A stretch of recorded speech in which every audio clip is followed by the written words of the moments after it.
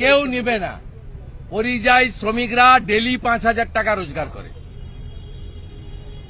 মমতা ব্যানার্জি জানে না।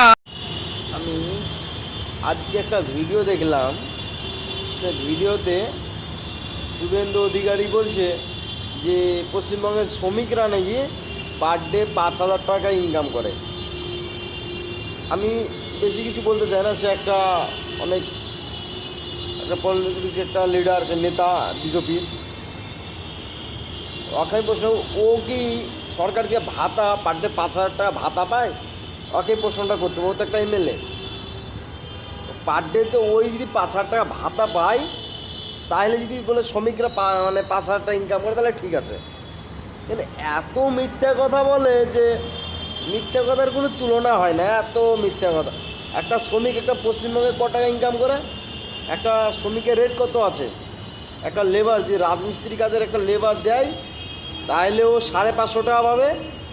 আর যে একটু ভালো লেবারে তো 600 টাকা পাবে, এর থেকে বেশি কিছু পাবে না। ফির একটা মিস্ত্রি 700 টাকা পাবে, নর্মাল মিস্ত্রি।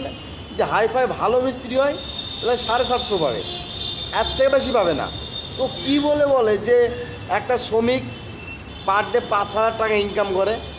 এত মিথ্যা কথা কেন? ফালতু শুধু মানে উল্টা পাল্টা ভাষণ দেওয়া ছাড়া কাজ নাই। মানে মিডিয়ার সামনে ফনাস পেয়ে গেলে বাস, ওই ভুলভাল বকিয়ে বলা মানুষের মনে শুধু উল্টা পাল্টা ঢুকিয়ে দেওয়া। আরে মমতা ব্যানার্জি 5,000 টাকা দিব বলেছে, তো ঠিক ওর সমর্থন আছে যে 5,000 দিব বলেছে, দিবে, কি আছে?